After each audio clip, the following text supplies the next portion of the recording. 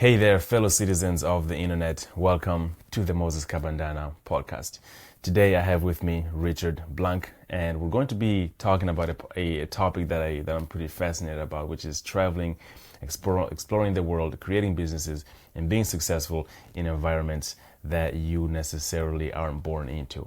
And so, without any further ado, Richard Blank, welcome to the Moses Kabandana Podcast. Moses, so happy to be here with you and your amazing audience. You do a great show. You got great vibes, and I can't wait to share a ton of twists and turns and stories with you today. Awesome. And speaking of stories, where are you born and raised? Oh, I'm a proud Philadelphian, but especially proud of Northeast Philadelphia when I graduated Abington High School. My story really began about second languages like yourself. And what we like to do is maybe double down on ourselves and our own dedicated practice and things we can control. I couldn't do Ivy League. I didn't have the grades or the maturity. And medicine and law and engineering seemed out of reach at the moment at an 18-year-old age. But languages, it was something I liked to do outside of school, and all the world's a stage. And so I continued and studied at the University of Arizona. And then in August of 2000, I had a chance to move to Costa Rica, and I took it. And we've been here ever since.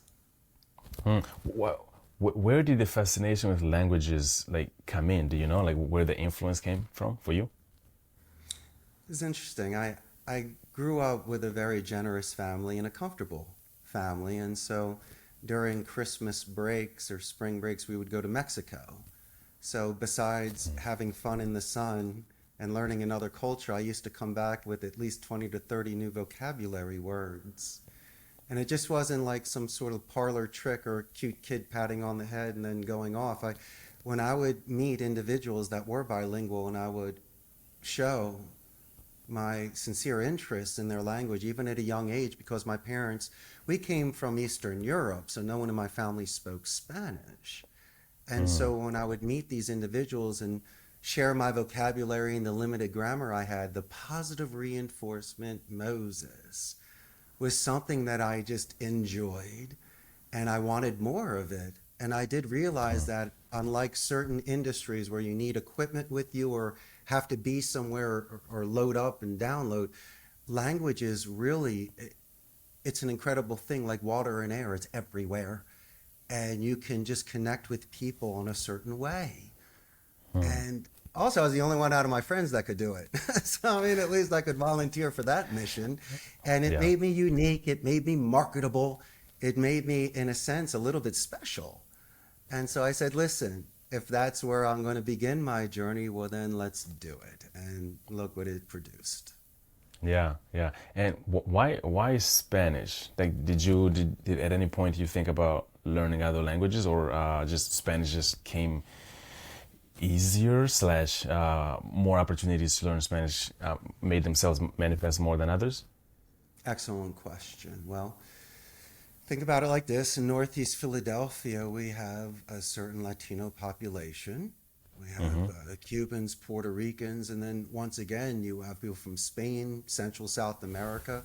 Abington was a mixture of people from all different places. And so they gave you an option. You could learn French, German, or Spanish.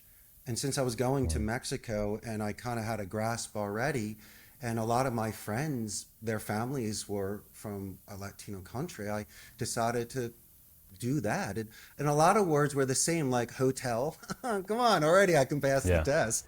And so I like that, and I like the flair and the flavor of the language. And then when I studied Latin a little bit, a lot of that is applicable. So it made it easier to deduct and understand what words were. And so conversations moved a little bit slower, and I could grasp a little bit more. So instead of making it a push and a pull, I kind of just sat in my inner tube and just floated down this Spanish river and just kept enjoying myself. And so it kept growing, my friend. And the thing is the grammar.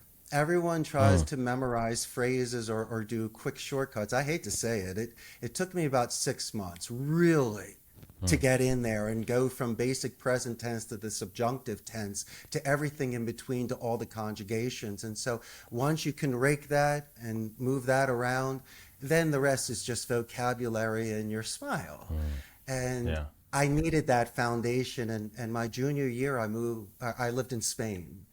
And so I Okay. had to immerse myself 100% into this language. And it was the best year of my life, 93 and 94. I really shed some skin then, Moses. And instead of just partying, which I did in abundance, I Yeah. also made time to go to museums and see ruins and to Mm. have 50 10-minute conversations a day with people from all over the world and to Yeah. share books and ideas. And it was beautiful because I came back more of a Renaissance man. I saw life a little bit Mm. differently. And that's what added to my momentum to bring me to Costa Rica. Okay, okay. That's it's interesting that you mentioned the grammar part of it because for me I'm like the exact opposite. I've learned and forgotten about six languages, but yeah, rather yeah, about six languages, and at no point did I ever like I'm handicapped when it comes to grammar. So when I learn Spanish, I still don't know. Like if you ask me for how like to conjugate a particular tense of a particular verb, I'll just look at you blankly. But when it comes to the actual way of use, like I know how to use the words, I know how to speak the language, but the formal grammar way of conjugating things, like as far as grammar is concerned, I that just never really clicked. So it's interesting that for you it was like the opposite. You had to have this foundation of how like the formal way of speaking the language and then putting that into practice. And for me, it was Look at it just like this, my man. It's like yeah. a car. You look so cool. You chose the car. You just need to turn it on and put it in drive and drive it, and you're still good.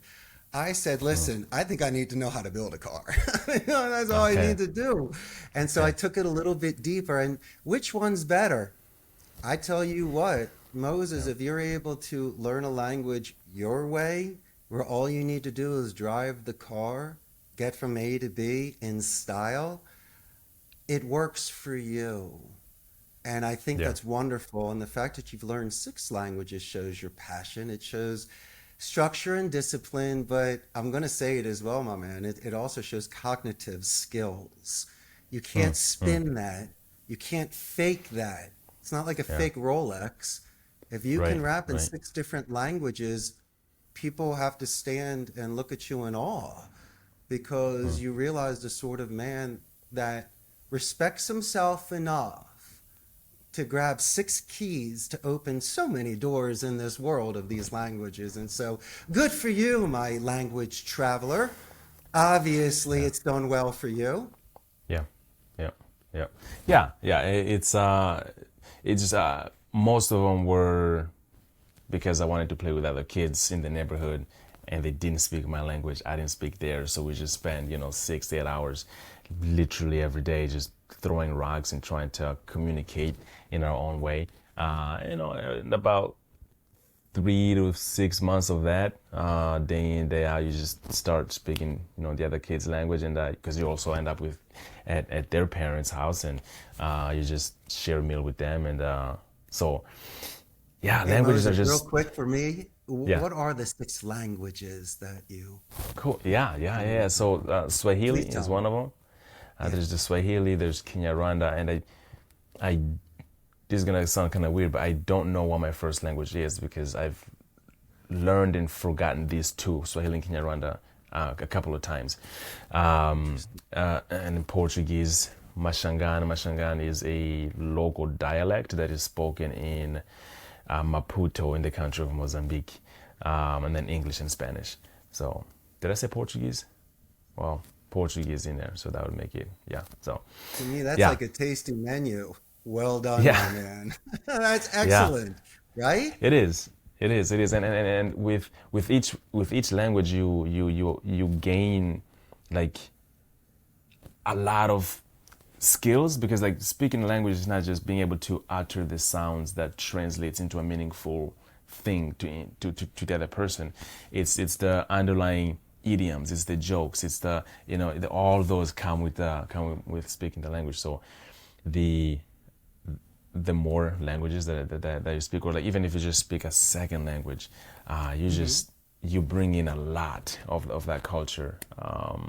Yeah. So speaking of cultures, what was your did you have a culture shock as you were traveling around the world? And if so, what was the biggest culture shock that you faced? Patience is a virtue. You have to understand that other countries have other ways of doing things. And Yeah. instead of expecting, you should just accept. And that made things a little bit easier. If you have a book, read for another half an hour. It's okay if the train's a little late. And Mm, but I did realize this, and you were mentioning playing with your friends that didn't speak the same language, but you were invited in their home to break bread, which is, as you know, in any sort of culture, probably one of the most respectful things that somebody could do. You're introduced to everybody's family as a friend, which is excellent, especially when you're young, because it's yeah. before the money and the fame and the influence and the pressures. You like somebody for who they are, and you made extra efforts to be friends with someone when there was that sort of challenge in the beginning of communication. But no, my man, just throwing rocks and Yeah. smiling and Yeah. laughing, those are natural. So to answer your question, when I traveled Europe, wherever I went was Happy Richard. And so Huh. people could gravitate towards me. I was non-threatening. I was naive because I was 21 at the time with a backpack and a map. I don't know if you remember the Let's Go book. Yeah. And that was the Yeah. book that got you around Europe back in the 90s. Yeah. And but I also was cautious and I wasn't Mm, stupid. And I didn't I understood when people were asking me for the time. I don't even have a watch, so we're good. I didn't do yeah. that move, but I made sure that I came back safe and I had the proper experience. And it's almost like when you were a child and your parents said, if you stay home alone tonight and don't wreck the house, you can maybe get the keys to the car. Keys to the car, then you can stay out later if you call. And then from there, you get to go to college. And there's these Yeah. different things where you can show, and then you have more leverage. And Yeah. so when I was traveling Europe, not only for myself, but it was also for my family, trusting in me of being a responsible man with a couple grand in my pocket to last, a Yeah. Euro pass, Yeah. and not getting in trouble. And so I didn't want to have to make that phone call. And so every country that I was in, I made sure to understand the rules. I made sure to leave the party there and not do things that can get you in trouble when you're crossing borders. Yeah. Yeah. And also to ask the sort of questions and not be afraid to make sure that you're doing the right thing or going the right place and especially paying the right price. And a lot of people would love to share their local uh, culture with you, and some of the best relationships I had were the people that I met on the train prior to arriving at that station. I must have made an impression to walk with them afterwards and have a meal and then Hmm. be like in the old stories and then tell me where to go on my next portion of my journey and who to see in that town and how to make that call. So that was so Yeah. much fun. It was almost like playing. It was almost like 18th century on your horse riding through the West. And Yeah. I was able to get that sort of adventure in life, and I took it. I would go to these homes of people that I didn't know in Basel, Switzerland, knock on a door and wait 2 days for my friend to get back from his skiing trip because he was late. But I was with the Yeah. family that didn't speak English, so I milked cows and I made cookies and I Yeah. did chores and I sat in this big table next to a fireplace to eat meals with them at night. And I spent 2 days with a family. They knew I was coming, but this kid was irresponsible, was late. But I spent 2 days with this man's family doing chores on a farm right on the French border. Yeah. Yo, so kind of almost That's glad that he didn't show up. And yeah. it was one of Yeah. my favorite memories of snowy Switzerland fireplace cookie kitchen Yeah. moment. Yeah. And so I had it, my man, and I Huh. did it naturally.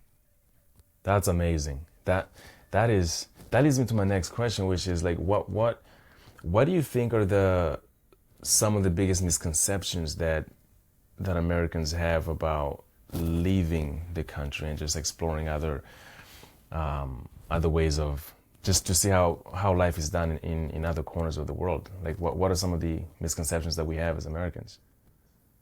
I would assume the number one misconception would be convenience. There's Mm. not a Yeah. Circle K or 7-Eleven on every corner in some Right. places. Right. Things are closed on Sundays or on other days. Certain countries have an enormous amount of national holidays, and that might clog up streets or Yeah. become an inconvenience. Yeah. And maybe when you're shopping, you don't get the sort of products that you're looking for. And I guess you might not get the sort of service you're expecting in certain restaurants or hotels. But that's okay. Yeah. Well, it is to a certain extent.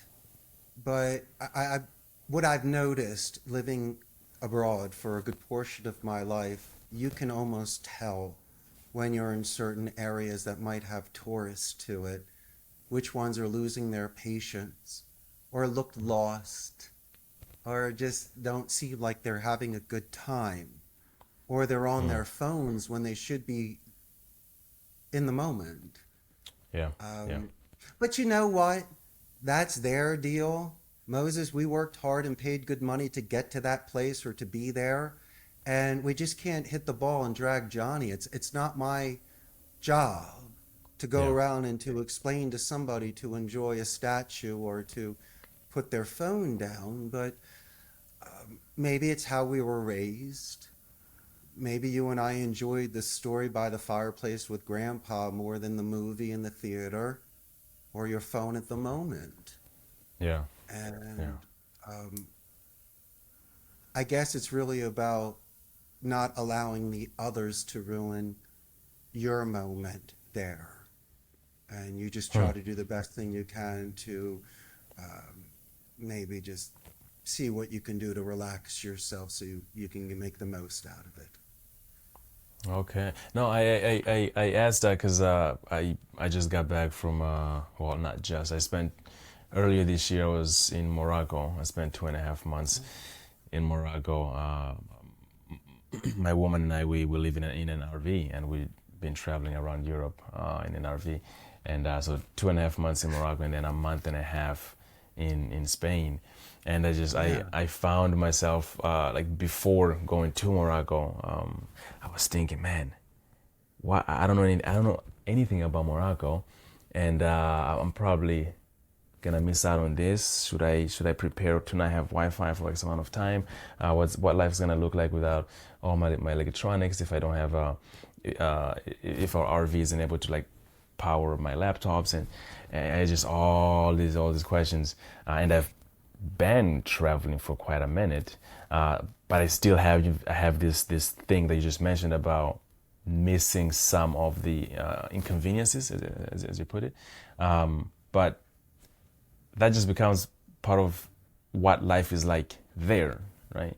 And if that means not having a McDonald's around the corner, that's part of the experience. That's part of just of seeing how life is done like there without, because if you go somewhere and wherever you go to, it is indistinguishable from where you're coming from, right? You have all the amenities, you have all the experiences that you have at home.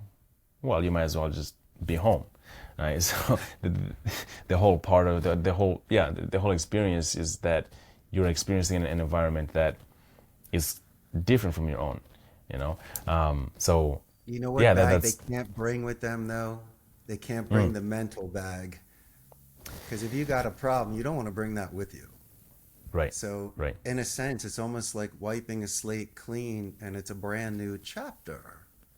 yeah, I mean, you're still yeah, the same person. In fact, Moses, you're fun with or without the internet.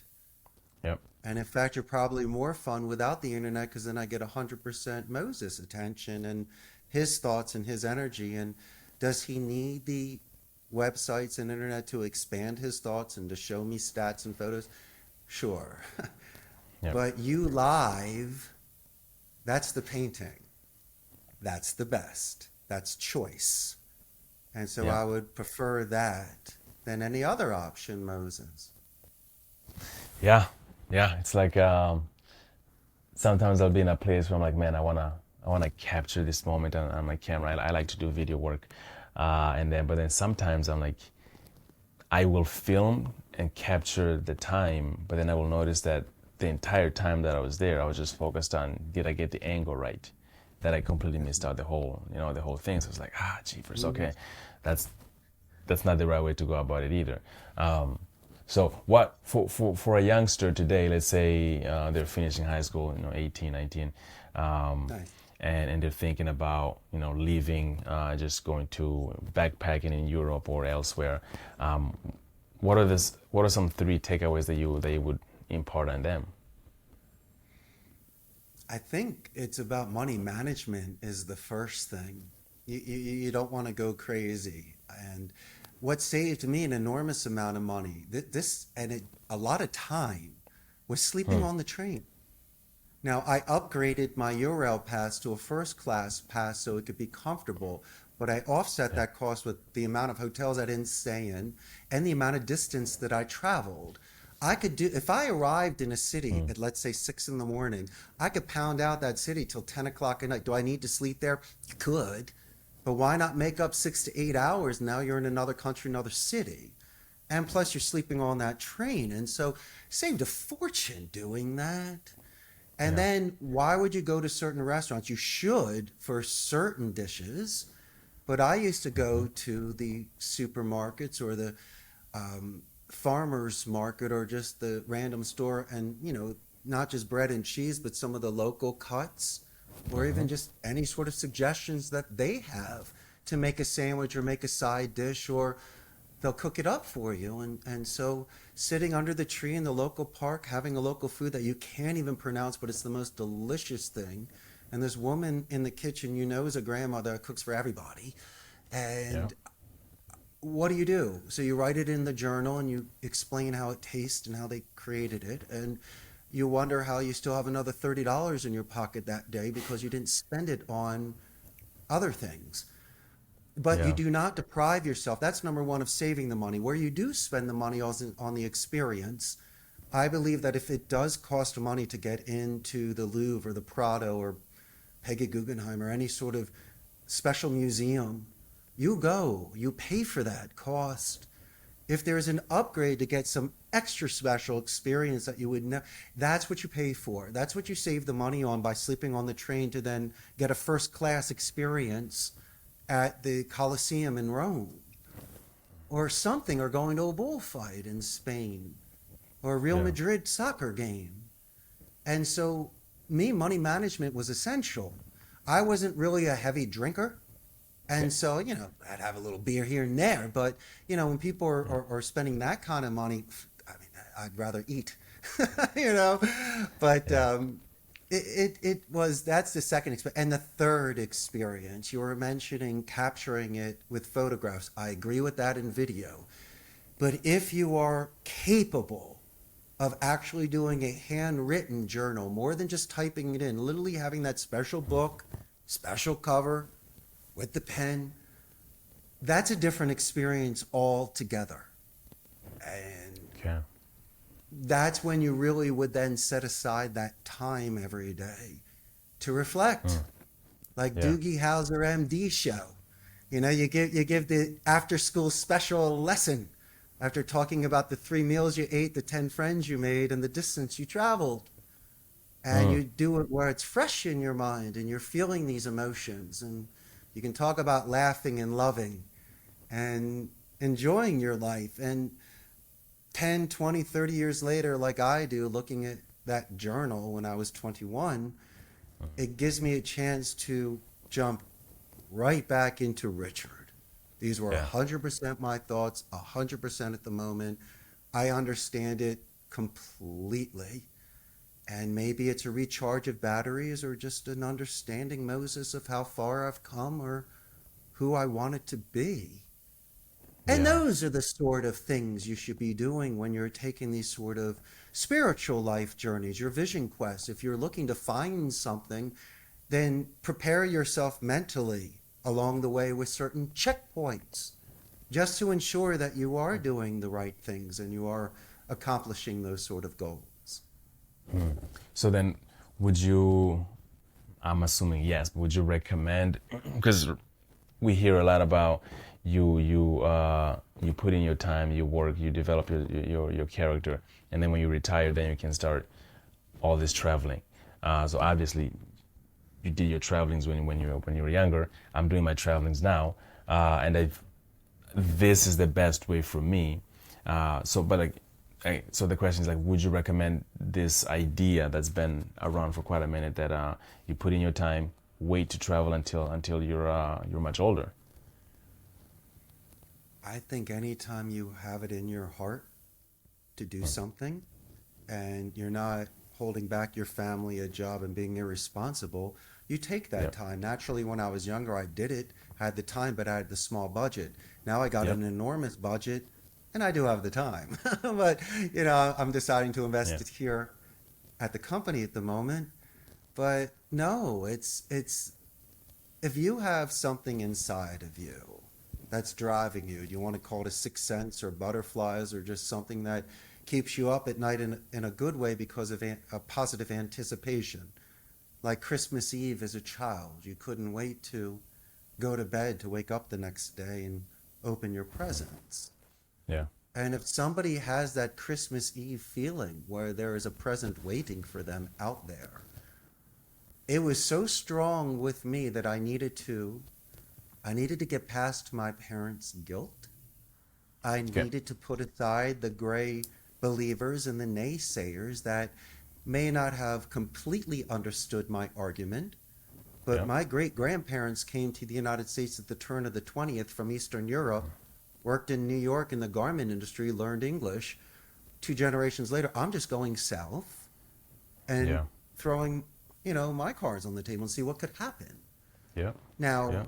a lot of individuals are pressured into going into certain careers or family businesses. And yes, I can and would have had an advantage working at an established family business, starting out on third base. And that's fine, it's great, and very fortunate.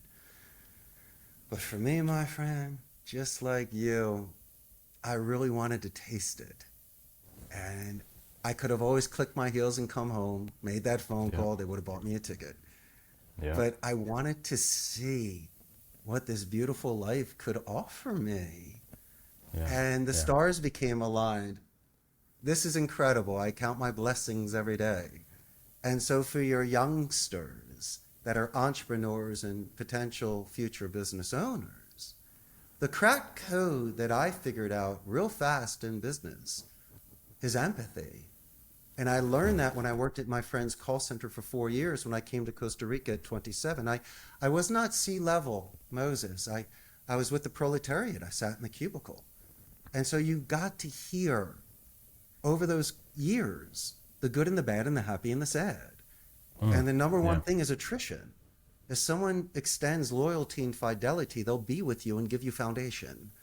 And if you have rotation, you're weak, right? And so Yeah. for me, I couldn't outwit some of these companies such as Amazon, HP, Intel, and Oracle. We all compete for the same labor. But what did I do, Moses? I collect pinball machines and retro arcade machines, so I have a game room. So there's a medium for us to play and to recharge batteries. I'm going to Yeah. give you your dignity. I'm going to know your name. And since English is my first language, I'm going to extend to you certain soft skills and things that I think would make you more marketable and more self-reliant. And I'm also accountable. I'm a guest in this country. You keep mentioning travel, and I love that topic. But I also realize that I am a guest here. And if I can pay it forward in any way, and if I can follow certain rules, then there's a very good chance that I can grow here. And my soil's good. The fact that I'm celebrating a 15th year anniversary in a very competitive industry, outsourcing and call centers, boy, Yeah. the market speaks. And for me, really, the bottom line is how I treat my people and myself. And if you can do that and look in the mirror every day and respect yourself, other people respect you as well. Do you get any pushback on I don't know if naysayers would be the right label here, but like for any criticism on moving abroad and taking advantage of what would be the word, the low income level of labor there. Are you getting any pushback from that? I always do. But think Okay. about it like this. My company is a United States Corp, so I do pay taxes in the United States. That's number Yeah. one. Yeah. And number two, let's call it as it is. We're talking about skill set here. It's almost like athletics. If Yeah. somebody Yeah. wins the race because they're the fastest, can jump the highest, they win. And if Yeah. my agents that are with me have certain skill sets that can perform better through metrics that you can gauge, Yeah. calls, talk time, conversion, note Yeah. taking, quality assurance, well, then, not only do we earn the account, but when discussing it with my client, I can show them through our advanced performance, I can offset that cost that you might be able to Mm. get offshore in India and the Philippines, or the cost you can get in the United States. And so, Yeah. really, I would prefer at the end of the day that we have these discussions via merit. Mm. Because Okay. if you think about it, I'm really not taking a factory job away. This is a virtual job. So Yeah. I am in competition as well with the Mm-hmm. world. And what I try to do is be very selective of the campaigns that come in so we don't compromise ethics and values. Yeah. Number two, I just want to make sure that it's realistic, where it's specific, measurable, agreed upon. As I mentioned, realistic and time frame oriented, because some people have unrealistic expectations, or even better yet, Moses, look Mm. what Hollywood has done to telemarketing and call Mm. centers. Mm. They've glamorized them. Sure, we can always do the Wolf of Wall Street and cold call closes. We Yeah. respect Yeah. Blake from Glengarry Glen Ross. But then again, a lot of people earn a wonderful living doing exceptional customer support to retain a client, to get an upsell, possible referral, or to Mm. receive certain suggestions from a long-term client in order for us to make improvements or to notice things. And so it is still a means to an end. Hey, Moses, I have a question for you. Yeah. Wouldn't you Yeah. prefer to speak to somebody live that knows who you are compared to pressing buttons and putting in your information at your bank or at Of your course. airline? Of Well, thank course. you. And if you called me and have you been my client for years, I'm like, Moses, my main man. I go, what can I do for you today? And you're like, what's up, Richie? What's up, buddy? How's your family? What's going on? Yeah. That's the Yeah. client you want. And then you say, well, why Mm. am I Richard Blank for 10 years? Because he takes my call, knows my account, makes suggestions, sincerely knows who I am. Well, and guess what? I recommended 10 of my friends to him. Mm. I'm going to Mm. treat him the same. And Yeah. that's how my Yeah. business grows. It's from the Moses seed. And all you say is, I hate calling call centers and I hate when I can't get somebody on the phone, but I got this one company. I got a hotline. I got the red Yeah. bat phone. I can get the CEO on the phone and solve my problem in 3 minutes. You're like, you got to be kidding me. Give me this guy's number. And Yeah. that's the sort of old school business that people still need to do. They need to know your name in the diner. They need to know your favorite dish, and they need to have your hot coffee before you even sit in your seat. And if you do that, that's why you go there for 30 years and you tip well and they give you free pie on your birthday. And Yeah. just everybody loves you. And when it's a rainy day, that's where you go to feel warm and cozy. And this world is so crazy with so many circles. It's nice just to sit down for a minute and feel at home somewhere. And even if it's through telemarketing or customer support, or even just teaching people to have proper manners these days on the phone and not to be so short in Yeah. texting or in speech, then maybe that's how we make the change. That's our ripple in the pond that could potentially do things. Mm. So yeah, competence, good competence. As long as they're competent in their field, they're providing good service, returning customers. Like you said, you have set metrics that are met. The So best service, my man. If your Okay. dog's barking in the background, I'm gonna even find out the dog's name and ask how it's doing on every call. It's got nothing to do with your bank account. I'm gonna ask how Right. Fluffy's doing. Fluffy's doing great. Yeah. Come on, now you really love me. Yeah. Going. Moses, that's when you loosen the tie. That's when you Mm, really, as they say, know the bartender. right. And you Right. do it one by one, account by account. And behind me, you see the bricks. Why do you think this building's been around since 1958? Wow. And I believe that each person should be laid like a brick correctly, and it should be done with precision and with care so it's in alignment. And there's carpenters know this. The worst thing is when someone doesn't put in things properly in your house. You can see the mistakes. Yeah. And if Yeah. you start early and surround yourself with accountants, attorneys, human resources, IT, the right people, you can build an A team. You can Yeah. expand with branches and roots and delegate. And that's how businesses grow. Okay, I already have a few people that are crossed my mind that I might put you in contact with. So you've been in Costa Rica for a good minute now. Any possibility that you would move back to the States? Well, I'm going to jump in and out, but permanently live there, I'm not sure. I think when the time comes for me to uh, play the back nine of this company that I have and finish up my round, Yeah. I think I'd like to travel the world a little bit more. This Airbnb is amazing. Mm, I would like to live in a house in a town in a country somewhere for a month and see what it's okay. like. And so I think I just want to taste that. And Mm. my wife's really never skied before, so we're going to live somewhere Oh, for a couple months in the mountains to go sledding, make snowmen, and teach her how to snow plow on the bunny slopes. And that should be a lot of fun. But we'll be writing children's books at the time. Maybe we'll be mm, taking classes at universities where I have no pressures of final exams. A lot of yeah. art classes are just classes just to enjoy. And by absorbing and contributing, then I think at that certain stage of life, it will be exceptionally fulfilling. I'm not really looking to accomplish any of these specific goals like Mount Everest before I turn Yeah. 70. That's not in my game plan. I want to do things where I can reduce any sort of injury, number one. Yeah. But number two, I don't want stress.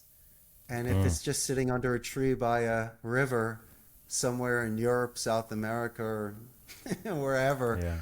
um, you know what though, Moses? I tell you what, I Mm, definitely want to live on a South Pacific island toll.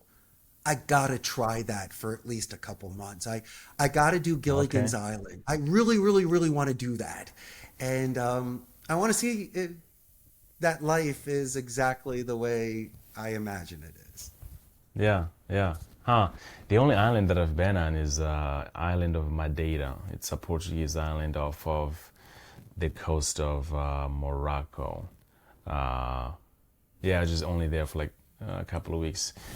Loved it, but I haven't been to where you want to go. So what? Moses, did you ever hear of an island called Culatra, south of Faro in Portugal? It's I like a fishing man's island, I guess. can't say I have.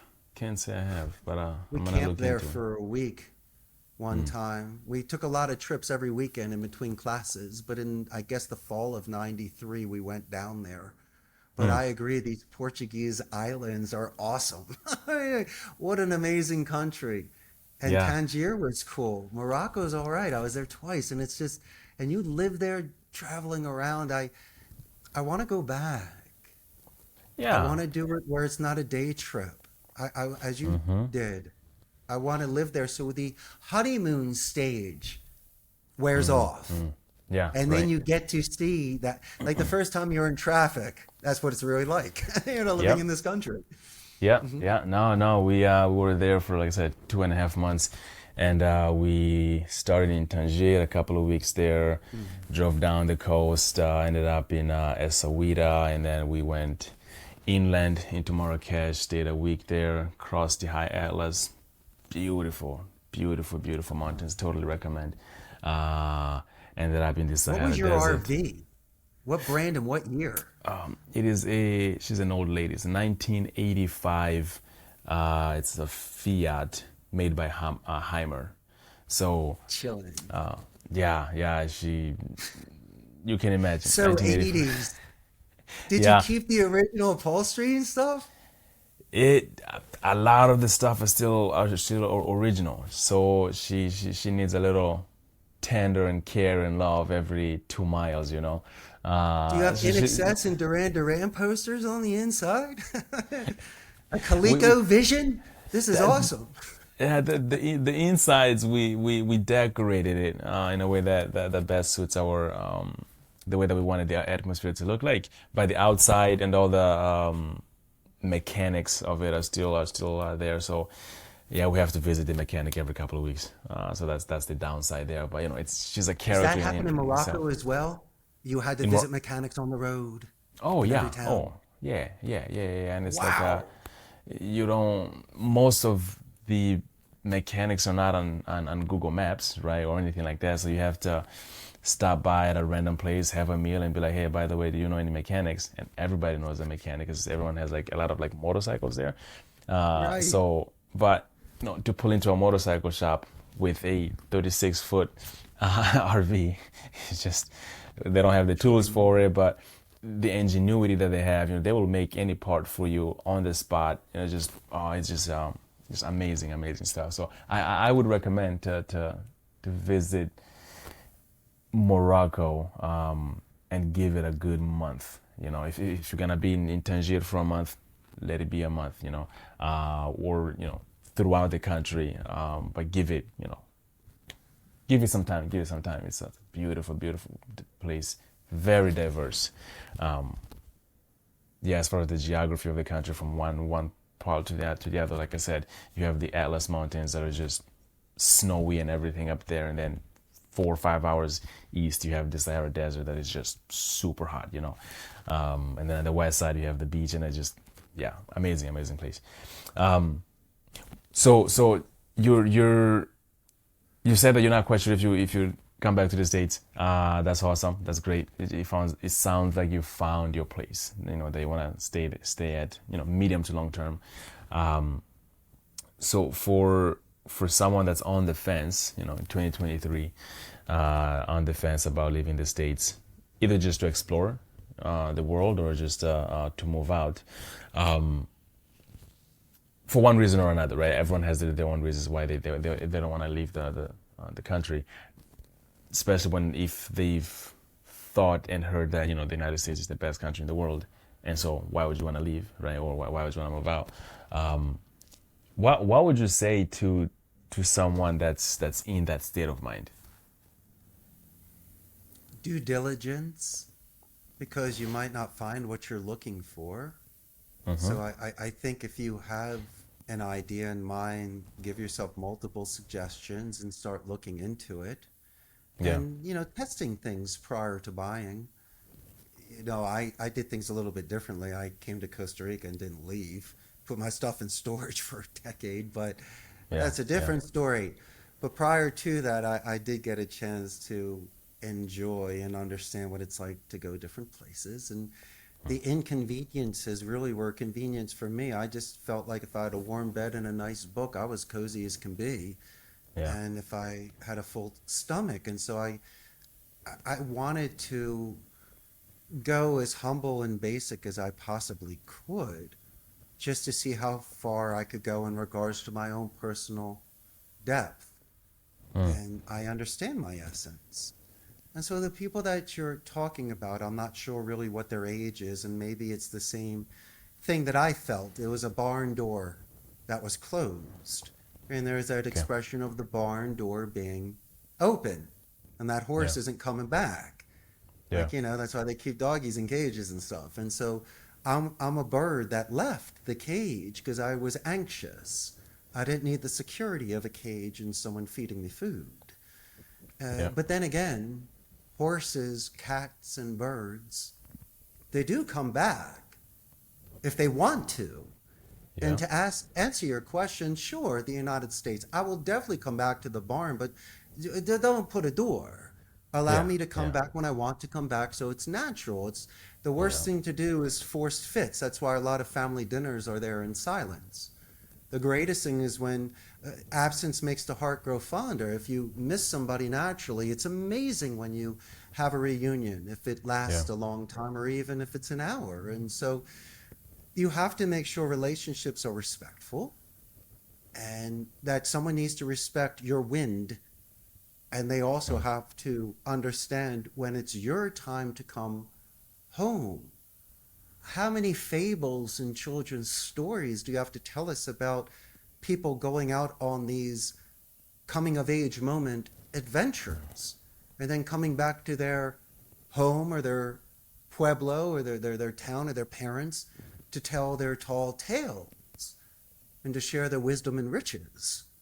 And so by depriving somebody of having this life experience, which is exceptionally realistic because you could always come home, money could always run out. yeah, You're not talking about major life changes like myself. yeah, My thing was just building on momentum. And I had no idea how long this was going to last. And that's why I danced in the rain. That's why I took every day as if it were my last. yeah, And that's yeah, an interesting way to live life. And if people can find that balance, Moses, and find that sort of center and sit down with their loved ones or those with whom their opinion matters, then they can lay out their life. And then people, through that sort of clarity and transparency, could lend a hand, or then wouldn't ruin any sort of momentum that they're trying to build and reduce any sort of guilt. So it's case by case, my friend, and it could be very yeah. delicate depending on the situation. But I believe I would have never forgiven myself if I didn't grab onto this calling that I had in Yeah. my late teens to do this. Wow, that is a good place to stop, Richard Blanc. Do you have anything to add before we come to a close here? Of course I do, Moses. I thank you so much for having me as a guest on your podcast. You're an excellent interviewer. And if your audience is interested, I have an extremely large Facebook fan page, but Okay. 117,000 Costa Rican Ticos. And when this goes live, Moses, we're going to Mm-hmm. have a lot more fans here. And just real fast for your audience, it'll give them a grasp of our business process outsourcing industry in Central America. We're Yeah. north of Panama, south of Nicaragua. Mm-hmm. Costa Rica is the only democratic society in Central America, and they have no standing army. So they put all their money back into education, and they brag about a 95% literacy rate. We have the Mm. most neutral of English accents, the best infrastructure, and that's why companies, as I mentioned, Amazon and other large players, Teleperformance, Convergys, Concentrix, these are large call centers with whom I compete. Yeah. But our labor pool, they have the skill set. They're coachable. We're close to the United States. Our proxemics, we're on Mountain Time Zone. It's a couple hour flight. In fact, a direct flight from most major airports to Costa Rica. It's a Mm. tropical lifestyle. The culture uses the phrase pura vida, which means pure life. And when I came here, I didn't want to leave. I married the girl of my dreams through good fortune. I was Mm-hmm. able to start a business 15 years ago and make a life. And so I shared so much today, and I appreciate it because it was a great time. And I just don't want your audience to be hard on themselves. Mm. Life is an incredible gift. And if there is Yeah. something that you can do to contribute and to pay it forward, then by all means, Moses, I think your amazing audience will be on your show one day telling their stories and once again increasing this audience of yours. But thank you again, my friend. I had a great time today. Pleasure's all mine. What is the name of the Facebook group if the audience wants to look it up? Costa Rica's call center. Simple as that. Yeah. Okay. Okay. Okay. Awesome. Awesome. Richard Blanc, thank you so much for coming to the Moses Kabandana podcast. Until next time. Thanks, Moses.